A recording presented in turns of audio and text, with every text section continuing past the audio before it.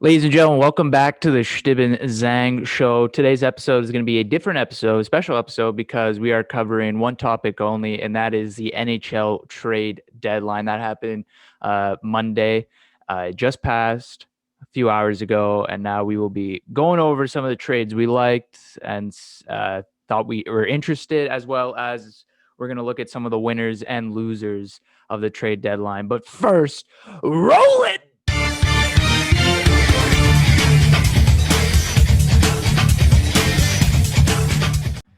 Welcome back to the Chtib and Zhang show. I'm Chtib, that is Zhang, and we are here for the NHL trade deadline post-game analysis, we could say, in terms of hockey. Eric, it was a less of a busy day compared to other NHL trade deadlines, but still nonetheless a busy day.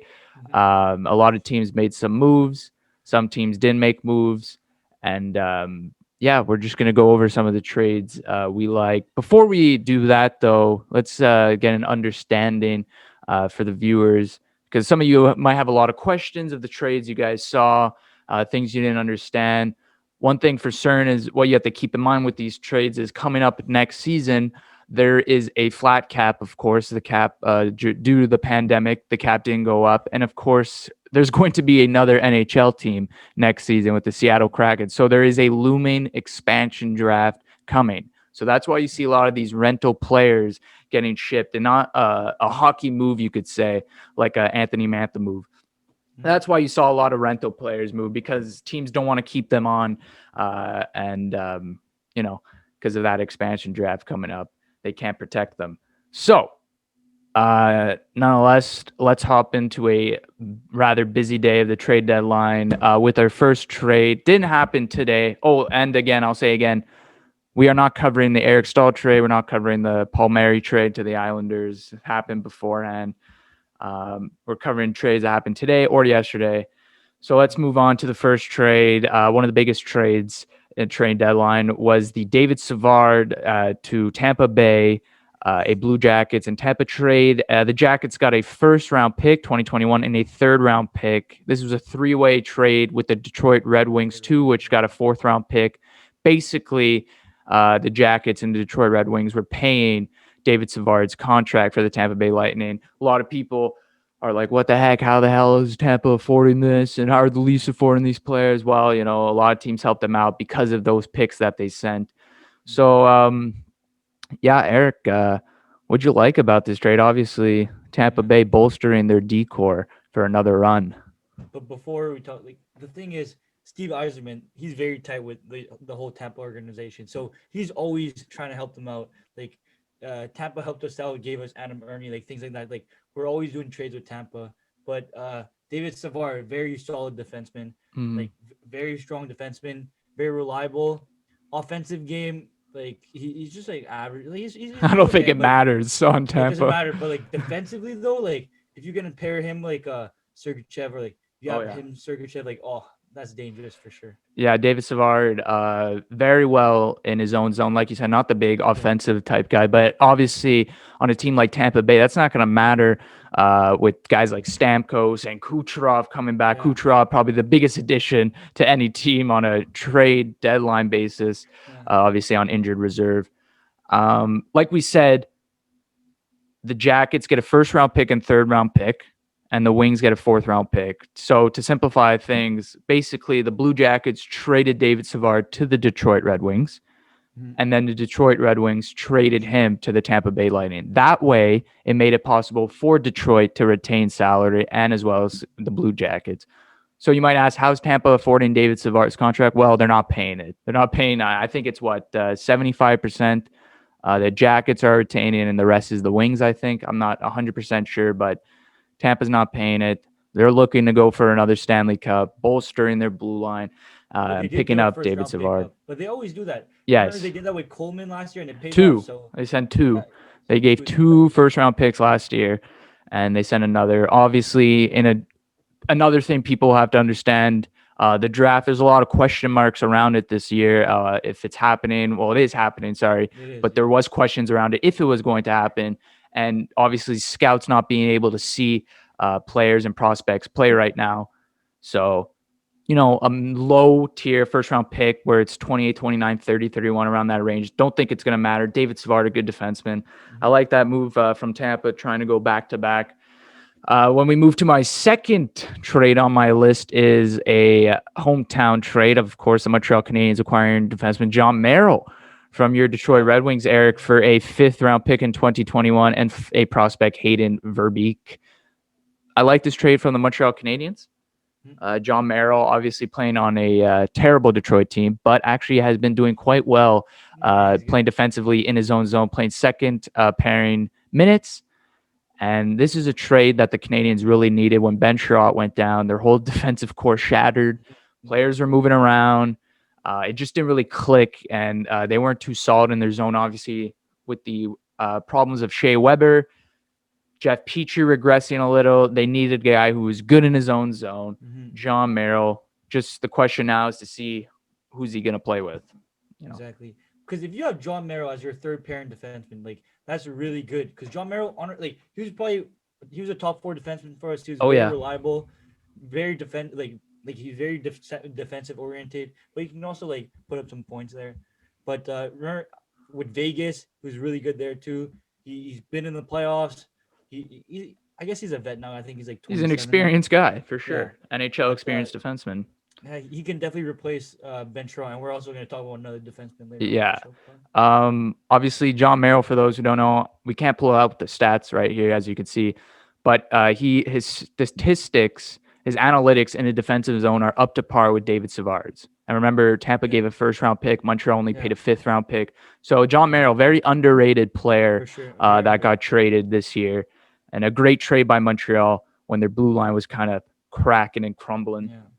But let's move forward here with the Toronto Maple Leafs. Okay, before we get started, before we keep moving forward, I have to say something. I have to give credit where credit is due, and Kyle Dubas, the guy who looks like a stats nerd, an analytics nerd, a guy who looks like he runs the numbers on his calculator every night before he goes to bed. And actually that work has actually paid off because the Toronto Maple Leafs have actually done a masterful job controlling their cap situation while still acquiring some players like Nick Foligno. And Nick Foligno coming from Columbus with Stefan Noensen. I forget how to say that, but that's from the Sharks. Another three-way team trade. The Jackets get a 1st-round pick in 2021, a 4th-round pick in 2022, and the Sharks get a 4th-round pick. This is, again, another similar trade to that David Savard trade where it's a 3-team trade, and the 2 teams are paying the salary of Nick Foligno. The Blue Jackets are retaining his salary, and so are the Sharks. Thus, that is why they get a 4th-round pick. Nick Foligno, a captain, didn't think he was going to get traded because he is the captain of the Columbus Blue Jackets. I thought it was someone management liked a lot, but obviously when you can get a return for like a 1st-round pick, you got to take your chances. The Blue Jackets most definitely not making the playoffs this year. And Nick Foligno, obviously a guy you could throw in the top 6 for the Leafs, up and down the lineup. He can play anywhere. Most likely going to play in the top 6 though, and that's just a great vet addition. And 100%. Not a scorer, but you know what I mean. He's a great player. He just knows the game of hockey. Exactly. And in the playoff, it's going to come very clutch to have Nick Foligno. Like Toronto is looking good. They have a lot. They are a lot of vets, a lot of depth, and I believe I saw something. It was because I think Nick Foligno's contract is up after this year. Yeah, and I think someone say, he might go back to Columbus. That's what I heard too. It wouldn't be the first time I saw it. Thomas Plekanec, you saw it went to the Leafs, signed back with Montreal the next year. I could very much see Nick Foligno. I wouldn't be surprised if he re-signed with Columbus in the offseason. He seems to really like that team and that organization. Said nothing but good things about it. So that's something to look forward to if it happens or not. But Nick Foligno, a member of the Toronto Maple Leafs, and join some more vets on that team like Spezza and Thornton. We'll see what they can do. As we move on here, the Boston Bruins, Eric, maybe picking up or maybe making the biggest trade on trade deadline, acquiring Mike Riley from the Ottawa Senators, obviously for a 3rd-round pick. I know. not the biggest trade, but Mike Riley going to the Bruins from Ottawa for your third round pick in 2022. Obviously, the Boston Bruins decor, Eric, has been in shambles with Charlie McAvoy and Matt Grzelcyk going down. They lose Chair, they lose Krug. I looked at their decor. There's a bunch of no names. I don't know who those guys are, but they pick up Mike Riley, who's actually been playing pretty well in Ottawa Yeah. this season, considering Ottawa, one of the bottom tier teams of the league. He goes to Boston and tries to alleviate that pressure on the decor right now. Exactly. So But Mike Riley, very like remember when he was with Montreal Canadiens? He was pretty good for Montreal. I'm not gonna lie. We have yeah, a little anecdote. Remember when we went to the Washington game? He scored a goal there. Pretty yeah, nice that's goal. right. So We that game we went where Carey Price robbed Ovechkin on that yeah, paddle save. Mike Riley scored a pretty nice goal. Um, you know, not this is a move that the Bruins had to make. yeah, Their decor, like I said, was in shambles, so they pick up Mike Riley, who's been, I think, playing. He played with Thomas Chabot a few times this season. I think that was his main primary target. So they get a guy with some sort of experience right now on that decor, and we'll see what happens in the playoffs with Mike Riley. yeah, But another Leafs trade, Eric, another depth move. They pick up goaltender David Riddick from the Calgary Flames for a third round pick.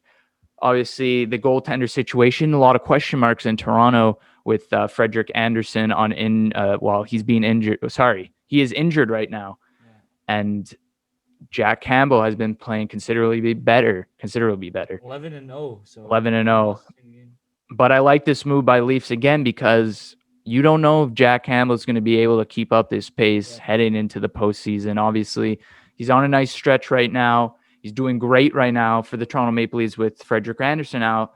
But could you rely on him going into the playoffs?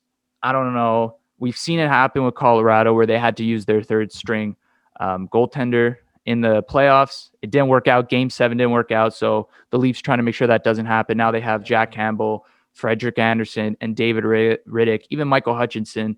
4 guys you could probably throw in there. exactly. So But they're it's just always good checking to the have goalie boxes. depth, though. Yeah. Always like remember Dallas. Bishop was their starter, but Mm-hmm. Hudobin pulled up. Like think like yo, it's always good to have goalie depth all the time. So, very good pickup. David Riddick, he's used to playing backup too, so it's not like he was a starter. Like he's always been used to playing backup. Very reliable. Yeah. So I think he's gonna do well in Toronto. He had an opportunity to fight for the number 1 job last year in Calgary.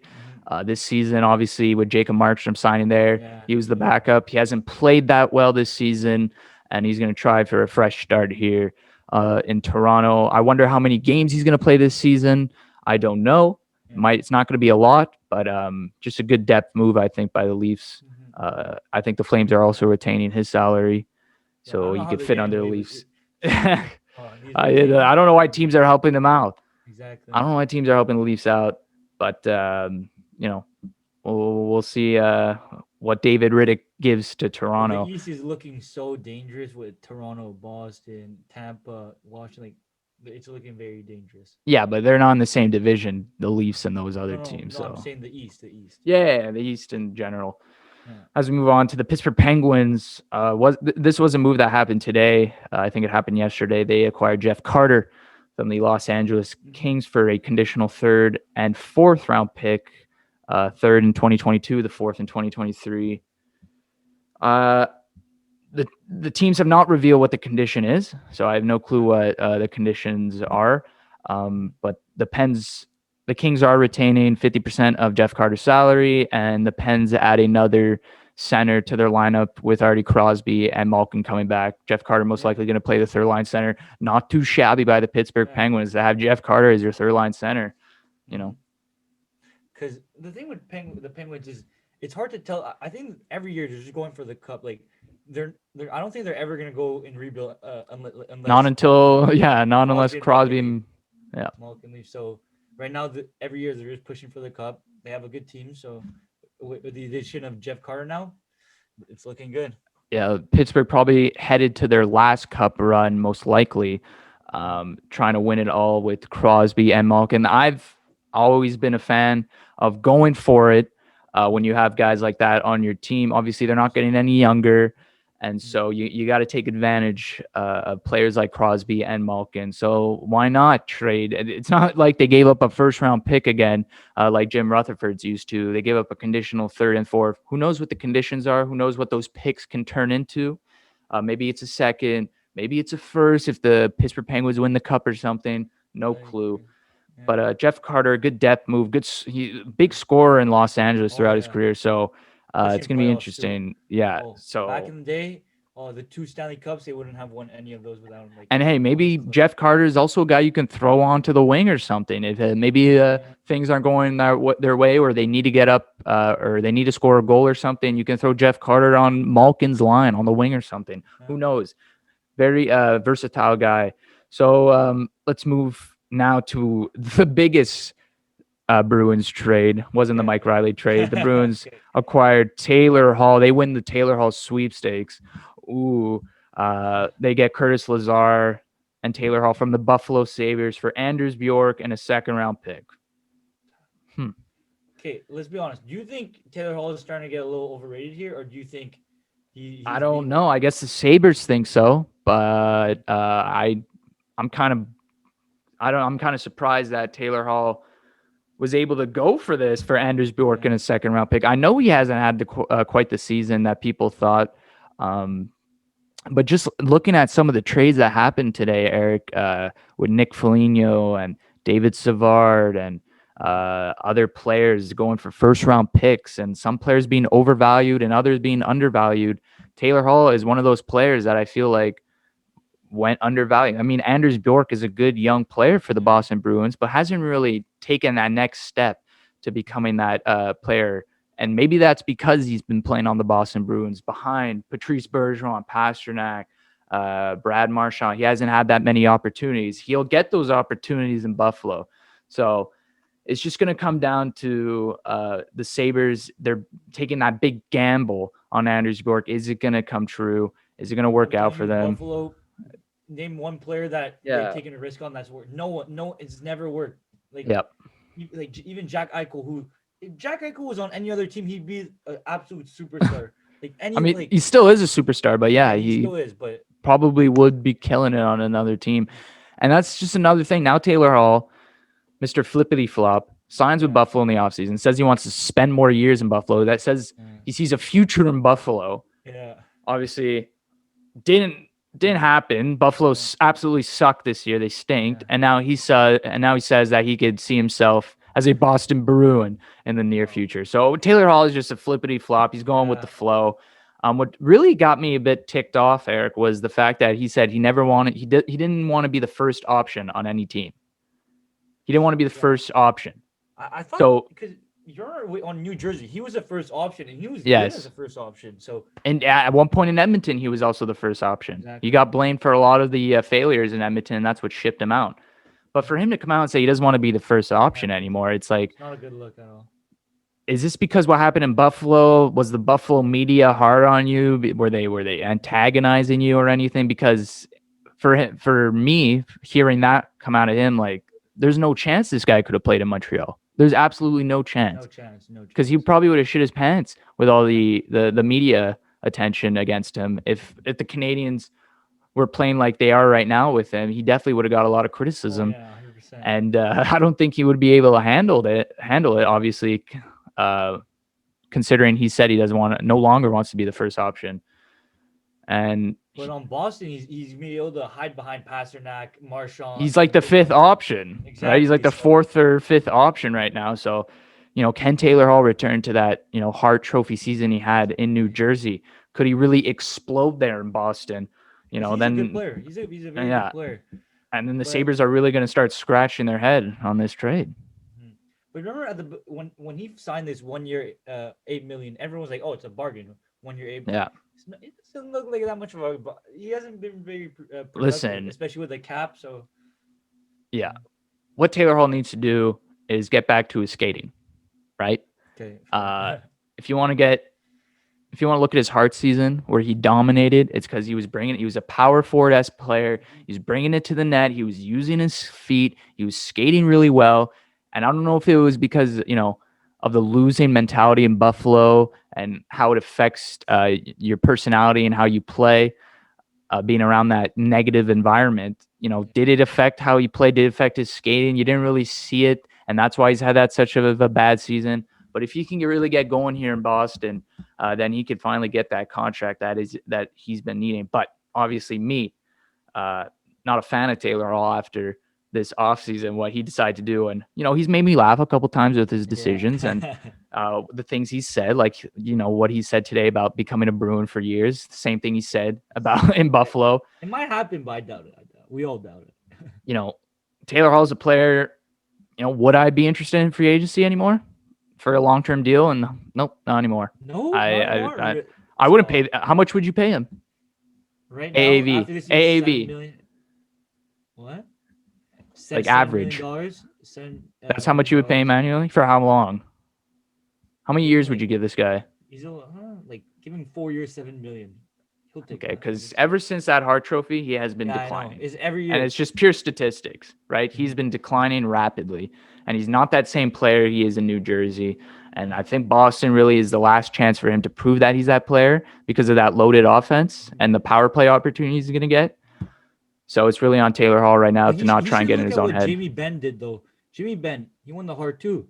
And then he started going down. But Jamie Benn, he doesn't put up a lot of points anymore. But he's not as good of a skater as Taylor Hall is. Exactly. Taylor Hall is a way better skater than Jamie Benn. I don't know, like Jamie Benn, still no one complains about Jamie Benn, even though he's not putting up the points. But no one complains about Jamie Benn because he plays hard. He just plays the game. Like I don't know, and he also wins a lot. So yeah. I think maybe it's because of the Dallas market. I remember I think it was their president or something. Yeah. I forget, someone important in the organization called him and Tyler Seguin out, and then they lit it up. You see what happened in the next 2 years? Made it to the semifinals. Stanley Cup finals. Yeah. So if Taylor Hall can do that with the Boston Bruins, then his haters are gonna shut up. So that's just on Taylor Hall to prove people wrong. Or is he going to return to that player he seems to becoming and was in Buffalo? I don't know. It's going to be interesting to see on the Bruins. Obviously now have loaded their team with Taylor Hall as we move forward to the Montreal Canadiens acquiring another depth defenseman in Eric Gustafsson, and to the Flyers, they get a 7th round pick in 2022. And Montreal finally gets that puck-moving defenseman they've been needing for so long.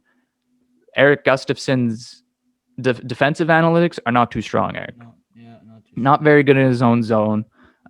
This is Montreal Canadiens fans have to know this, so they're not blinded by the 60-point season he had in Chicago. This is a guy who's not really good defensively in his own zone, but he is a power play specialist and he's a puck-moving defenseman. Now, on paper, people are saying that Eric Gustafsson should play with Shea Weber. And on paper, that should look good. That should work on paper, right? You got a guy like Shea Weber who used to be, I guess you could say, really one of the strongest defenders in front of his own net, one of the strongest defenders when it came to checking defensively in their own zone, just basically in the corners, just pressure on the opposing players that made it really hard for people to score. And now, he's kind of lost that part of that game. And now you have Eric Gustafsson playing alongside him. I don't know if those two are the right match together. I know a lot of Habs fans think on paper it works because, Shea Weber doesn't move the puck. Eric Gustafsson moves the puck. It's typically what you want. Typically what Shea Weber it's what Shea Weber needed. Yeah. But I don't know. If you want they could try it out. But if someone's not reliable on defense and you're going to throw them on the first line, like that's kind of, because Shea Weber has not been reliable on defense this year. Exactly. And I guess, maybe we've talked about that situation with Shea Weber. Is age catching up to him, or is he playing injured? I don't know, but something is happening to this guy this season. His time on ice has drastically gone down. If you look at the career minutes he logs, it has dramatically got down. It's like 22 minutes around a game now. So his time on ice has gone down, and it's just up to Ducharme now on how he wants to deploy Eric Gustafsson. Maybe try him out with Weber, see how he plays that game. He'll get power play time, Eric Gustafsson. So it's a good move by Bergevin. Him and Merrill, great depth pieces. Because, if you look at some of the Stanley Cup winners over the years, they've deployed over 9 defensemen in the Stanley Cup playoffs, Eric. like the classic saying says, you can never have too many defensemen, and that is a true saying, right? So another depth pickup by the Montreal Canadiens. So And let's you can't move. forget it was a seventh round. Yes. Oh, of Seventh round course. pick. And Flyers, I think, are retaining the contract. So obviously, Alain Vigneault had zero trust in this guy, clearly. So they're shipping him to Montreal. He'll get another opportunity here, Oh, and I hopefully, just want to go back to remember the article you wrote. yeah. Do you still think Bergevin did enough, or do you think he made these trades? Do you think he made enough? Trade deadline? Yeah, Do I remember think the Montreal you're Canadiens? talking about Yes. Bergevin's gonna try and hide it. What do you think happened at this trade Listen, deadline? he didn't get the Matthias Ekholm guy because Nashville came back. He didn't get that David Savard type, and that's fine. John Merrill is someone I like a lot, right? And you got to remember Ben Sherrod is going to come back. Okay, so you're going to have question marks on with Kulak and Romanov and where they're going to play. And so I like John Merrill. He's good in his own zone. And that's what we've been needing defensively is someone who's good in their own zone because they haven't been quite good in their own zone. And Eric Gustafson's a guy on the power play who's been really good over his career. And that's what we've been needing on the power play. Someone who could score, someone who can have a heavy shot alongside Weber. I just hope that they could utilize that because even with Shea Weber's shot, it seems like the puck doesn't get to him and their power play. You would think on paper with all those guys, you would think their power play would be successful, but it isn't.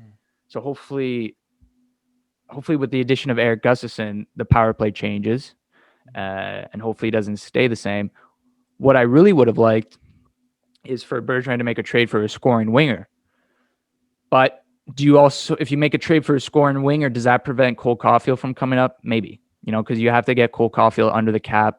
And he's got to be on the roster. So does trading for a scoring winger stop that? Yeah, potentially. So maybe that's why Bergevin didn't do it. Also, Bergevin's also banking on the fact that he has Gallagher, Armia, all those players on injured reserve right now, who are injured basically that to come back, right? So he's most likely the Leafs and Montreal Canadiens are going to play in the first round. Okay, so Bergevin is just banking on that team healthy to beat the Leafs, which I don't really like, and I think that's what he did because he didn't want to part ways with any first round pick or any prospects or anything like that. So, there's gonna be, if Montreal Canadiens get bounced by the Toronto Maple Leafs in 5 games or 4 games or something like that, then the season's going to be a complete failure. And a lot of people are going to point fingers at Marc Bergevin. Let me tell you, and so. That's what I'm thinking. If I'm looking at Bergevin's through his perspective, I'm like, if we lose to the Leafs, this could cost me my job, right? Fair, yeah. This could cost me my job. But there's so many good teams in the East, so you can't really blame it on Berge. But because he made the trades, he got the vets, he got the depth. Like, what else do you want him to do? Like, he's not the Listen. He's been drafting well. Like, what yes, else? He got the players in offseason right. Like a lot of people liked his moves, but the Montreal Canadiens have been so disappointing this season that fans expect Bergevin to make a move and try and fix it. Because that team right now with the players we have is not going to beat the Toronto Maple Leafs. I'm sorry, but they're not. With the additions the Leafs made, the Leafs majorly got better in the North Division. The Edmonton Oilers didn't really make a move. The Calgary Flames didn't make a move. The Canadiens, added depth pieces to their decor. Who am I saying? The Jets didn't strike on their top 4 defensemen. So really, this is the Leafs to lose, to come out of the North Division, right? As that Canadian team, that's theirs to lose, I personally believe. Because they made the most moves. Kyle Dubas was one of the busiest GMs in the league. So, you're watching teams get better. Teams in your division, you're watching them get better, and you don't, I know you don't have an Austin Matthews or Mitch Marner. I was about to say, yeah. But you have a deep team. But could you have made it better and deeper? Could you have, there's so many players on this team that don't score. Lehkonen, Drouin, Paul Byron, Deneau. There's too many of those guys that don't score. They could score, though. But I'm saying there's too many of those guys on the team right now that don't score. Exactly. Too many. And you don't want to keep adding, you don't want to add guys that don't score. You want to add scorers. Exactly. And so, Cole Caulfield's going to come up, but you don't want to put all that pressure on the kid right now, but don't right? forget with Cole Caulfield, I think they're not going to play more than 9 games because there's No, something they where you signed him. can't, They signed. Yeah, but they signed him. because there's something where they can't say if you play more than 9 games, you'll be eligible for the I Seattle think it's. Krakens. So there's something Oh, like that. okay. So they might not play more than nine But games. is it literally if first year? No, no, no, no. I think you're wrong. I think if you sign an entry level contract, you're untouched. I think you're untouchable. I don't know because I remember with Zadina and all those players, we could only play them 9 games. I don't know what it was. No, 9 games is so you don't burn through your first year of the contract. Okay, maybe it I'm was something pretty like sure that. Cole Caulfield's untouchable for the Kraken. Okay, maybe.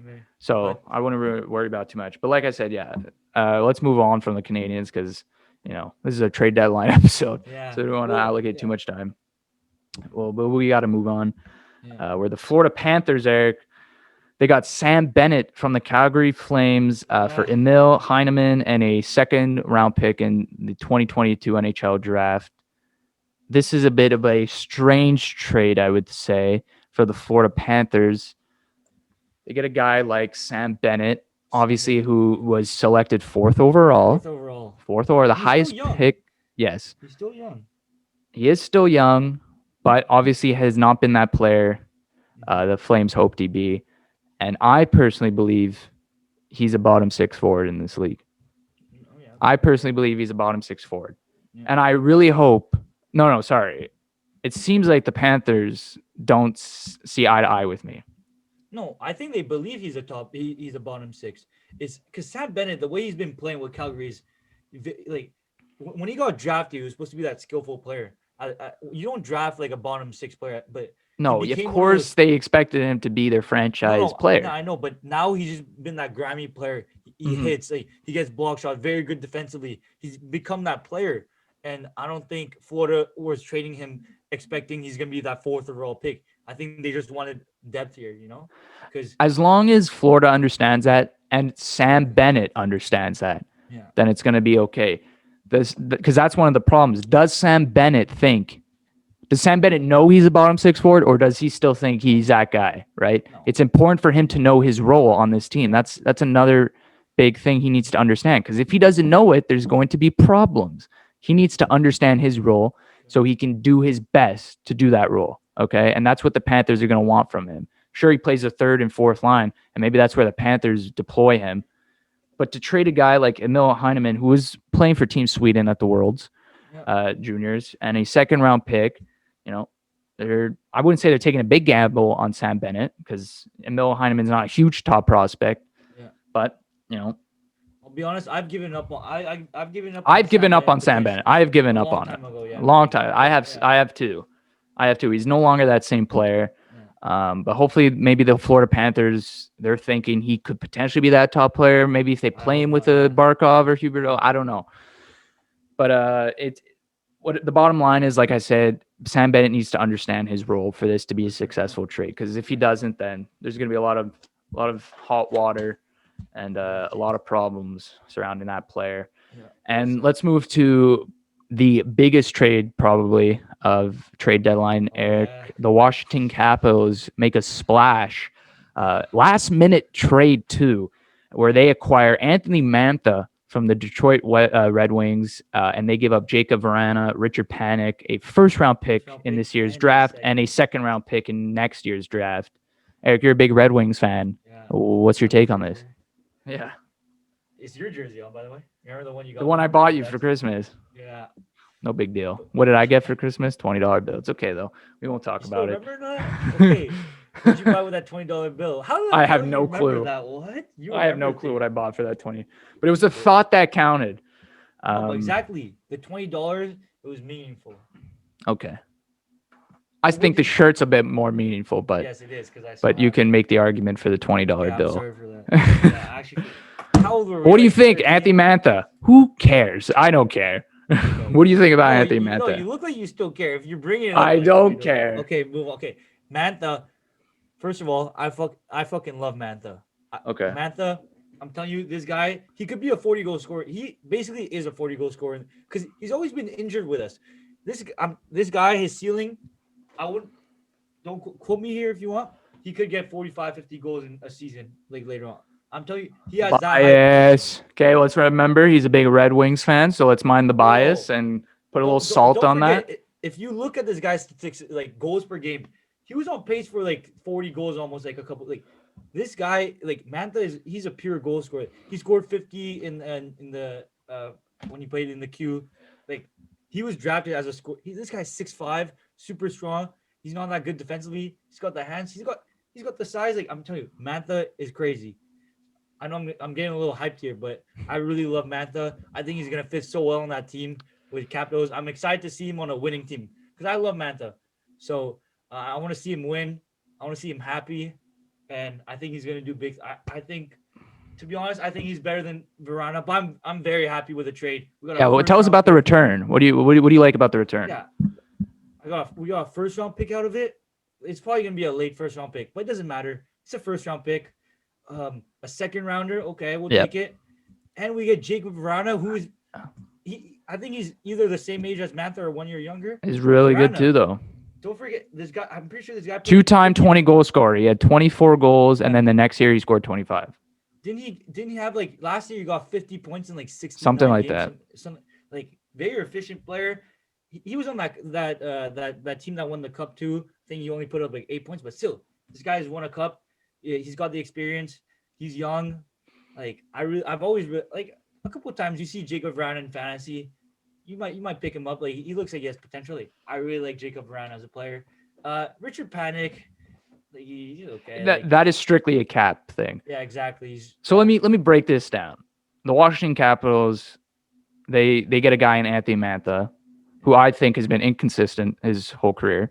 Obviously, Eric's saying he has that potential, and sure, he does have that potential, but he has been inconsistent. There's no denying that.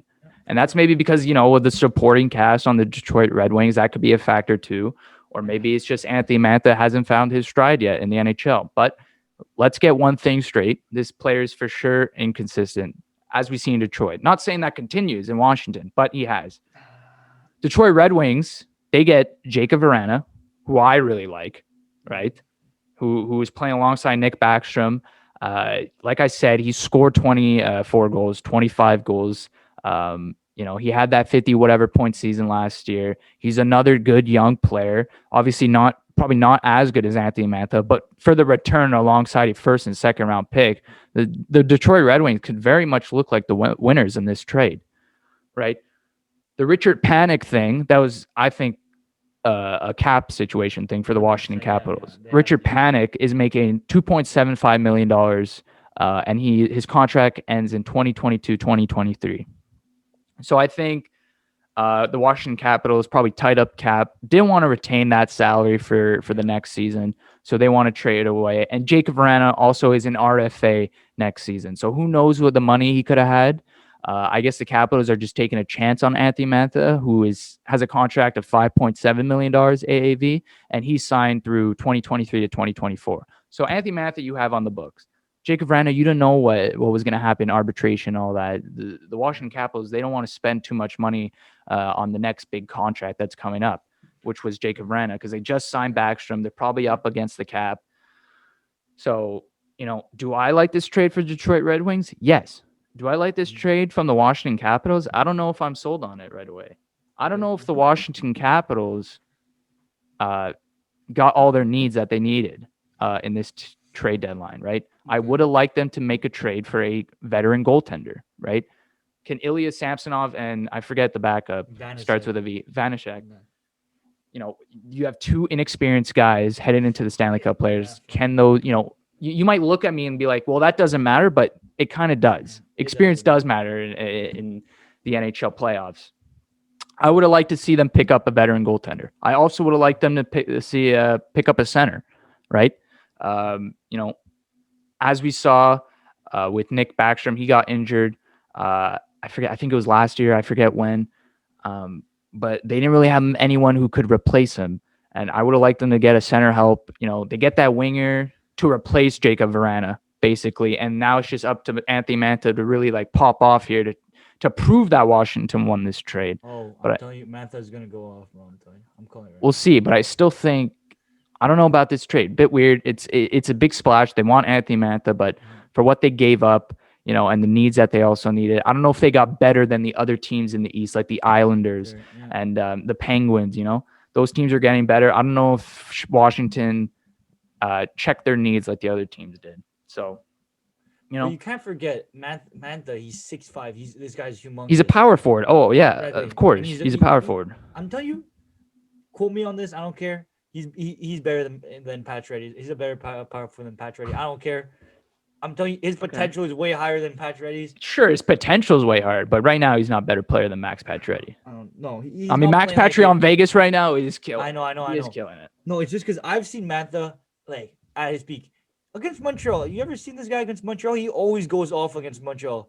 He's got the dangles. Like Mantha is. Oh my god, I love Mantha so much. He's a Montreal kid too. So listen, you want to compare him to Max Pacioretty, then you want to talk about consistency because Max Pacioretty has been everything. He is consistent. He has been everything of consistency during his tenure in Montreal. 30 goal scorer, bona fide 30 goal scorer, right? Anthony Mantha is not that player yet. Will he be in Washington? Hopefully, I hope so.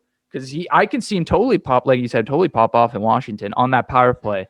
They would respecting Ovechkin's shot. Could that give some room for Mantha to really rip some? We'll see. It's so weird seeing him in a different jersey. I think it's gonna be weird because I've been for a lot of players. Like I've been following Mantha for so long since he joined the. Well, you don't think it was weird to see Max Pacioretty in a Vegas jersey? I know. But because Mantha, I've been following. You watch these YouTube videos. Oh, Mantha, I love. I'm gonna miss him. So besides that was basically the big trades I think happened on trade deadline. Like I said, we didn't talk about Eric Stahl and the Paul Mary and Zajac we could talk about didn't Victor Mete get traded? No, Victor Mete got claimed off waivers by the Ottawa Senators. Obviously, Victor Mete didn't work out in Montreal. Defensively wise, he had a poor season this year, I think, and I don't think there was a future for him here. So I think that's why I'm glad they gave him another chance. I thought they should have traded him early on in the season, but obviously we needed him, and Bergevin was right about the injury bug in Montreal. But now with John Merrill and Gustafsson on their way, there is really no need for Victor Mete. So give him a new, fresh team. He's going to get playing time in Ottawa. He's going to get all the playing time he needs. So we're really going to see Victor Mete's potential and, how big is it, or were we right about the Victor Mete of Montreal? We'll see. And that was basically all the trades I think that were interesting, or the biggest trades. Obviously, there's some minor trades that have to do with cap situations. Teams, needing to relieve cap, they trade away players, trade away picks. We're not going to cover those. Those are the boring trades. You have the Vegas Matthias Janmark trade and the Avs Carl Soderberg. Great pickups for those teams trying to go on Stanley Cup runs. But now it's time to look at the winners and losers of the trade deadline, Eric. I don't know if you can have your own list. So far, I have my own losers and winners, and I'll start with the winners, Eric. Why not start on a positive note? Here are my winners. I have three winners, three big ones that came out on top. And for one, the number one is the Boston Bruins. Obviously, picking up Taylor Hall for Anders Bjork and a second-round pick is a huge win for them because, Taylor Hall, he's either going to blow up, like Taylor Hall blow up, like Hart Memorial blow up, or he's going to stick to the Taylor Hall he is this season, which is still not the worst, considering what you gave up. Second, I have the Tampa Bay Lightning. They pick up David Savard. Obviously, a team like that going for their second Stanley Cup and picking up a good piece like David Savard for their decor. There's no losses there. I don't care if they gave up a first-round pick. It's a Tampa Bay Lightning. That's a low. They don't care about that first-round pick. So don't worry about that. And third, I hate to say it, I really hate to say it, but the Toronto Maple Leafs are definitely a winner of this year's trade deadline. For them to be able to magically get all these players and stay under the cap, they have, like I said, masterfully controlled the cap situation while still adding key pieces to the team. They are the best team in the North Division now. I have to admit it. And they have significantly gotten better. And like I said, the North is theirs to lose. It is theirs to lose, to come out. I'm not saying that I'm giving up on Montreal, but I just don't think Montreal added enough to keep pace with this team, especially the stardom that the team is blessed with. Austin Matthews and Marner and Tavares. Those guys always love to pop off against Montreal. And not saying that the playoff series is going to be like a sweep. I think it's going to be a battle. I just hope that it's not 5 or we get swept. I hope it's a battle because we are still a very deep team, and yeah. So I hope we can go and head to head and at least pull our own weight against the Toronto Maple Leafs. For my losers of this deadline, Eric, my number one loser I think is the biggest loser are the Carolina Hurricanes. The Carolina Hurricanes, Eric, didn't make any trades. Didn't make any trades. They gave up Hayden Fleury, and that's basically it. Yeah. In a division that's with Tampa Bay, they got significantly better. You have to play the Tampa Bay Lightning. You have to beat them to win the Stanley Cup. And on paper, the Tampa Bay Lightning are better than the Carolina Hurricanes. Not saying that the Carolina Hurricanes can't beat the Tampa Bay Lightning because they're still one of the best teams in the league. But I would have loved to see them add a big player or something to help on that cup run because they still have holes. And, maybe I would have liked to see James Reimer get traded. They could have added someone. Exactly. But nothing wrong with running with 3 goaltenders like the Leafs are trying to do. But maybe up front, I could have wanted. I wanted to see someone, just someone that a big name or something. That definitely. Okay, that makes sense. Going to the Carolina Hurricanes, they're going for a playoff run, but nothing. So that's why they're a loser for me. Second, I had the Winnipeg Jets. Didn't get their top 4 defensemen. I don't know why. I guess teams were asking for too much, but you get a guy like John Merrill for a 5th-round pick. There are guys out there that the Winnipeg Jets could have got that could have really helped their blue line. Instead, they got Jordy Ben for a 6th-round pick. Jordy Ben, nothing special, third deep pairing. Doesn't really help their situation. So, I don't know. They were one deep. Okay, sorry. They're 2 defensemen away, 2 mid-tier defensemen away from a Stanley Cup contending team. Yeah. They're not that anymore. And third, I say Washington on my team. I think that Anthony Mantha trade, as good as Anthony Mantha is, I don't think they answered their needs. And I think they gave up a lot to get Anthony Mantha, specifically Jacob Vrana. I think they could have rode with Jacob Vrana and re-signed him, but instead they want Anthony Mantha. Like I said, didn't really fix their needs. Other teams in their division getting better. Other teams in their division fix their needs, let me tell you. Exactly. And fourth, I have the Sabres, just basically the return off Hall. Yeah. I don't think they got enough. Okay.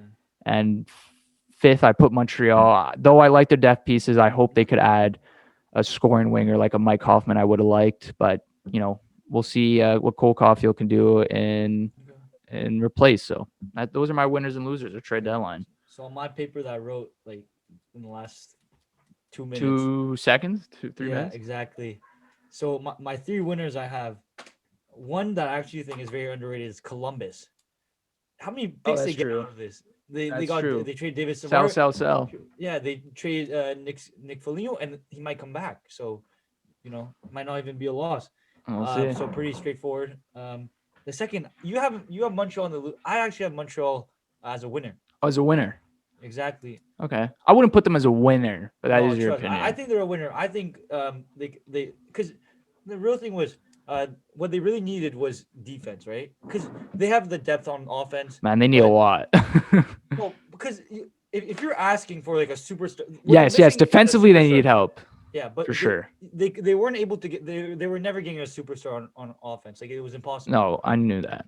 So like the only thing you can do. Like, that's basically the only move that they could have done. They only gave up a 7th for Gustafson and like some a 4th-round pick for Merrill. John Merrill, a 5th-round pick. Yeah, and a prospect, but yeah, exactly. So it's nothing. So I think they're a winner. I'll be honest. I'll make a statement right now. I am actually gonna be for the first time in my life. I'm probably gonna be a Montreal fan. This playoff run if they make the playoffs. For the first time, usually I hate the Montreal Canadiens. I always want. Why? Because you're a big John Merrill fan. I just love the team. I've always liked Eric Staal. I just love the team. I really like the team. I think it's very well constructed, and I don't know. I'm from Montreal, but so who are your losers? So, my losers, I just put Winnipeg there. I think they're the clear losers, and also I hope Jake watches this video just so he knows that Winnipeg. That they missed out. Yeah, that the Jets are a loser. The only loser I have, Winnipeg. The Winnipeg Jets. All right, one team loser. I like that too. I don't mind a list that just has the Jets on them as losers. So I'm not going to argue against that. Yeah. But that's going to do it for us on this week's episode of the Chtib and Zhang Show, where we covered the NHL trade deadline, where teams were looking to bolster their clubs, pushing for Stanley Cup aspirations. Time will only tell, Eric, how these trades fold for their teams, and it's going to be an interesting Stanley Cup play. It's going to be a fun one. So looking forward to that. Looking forward to next week's episode 2 of the Chtib and Zhang Show. So stay tuned for that. We'll see you guys next Wednesday. As always, peace out. We'll see you later.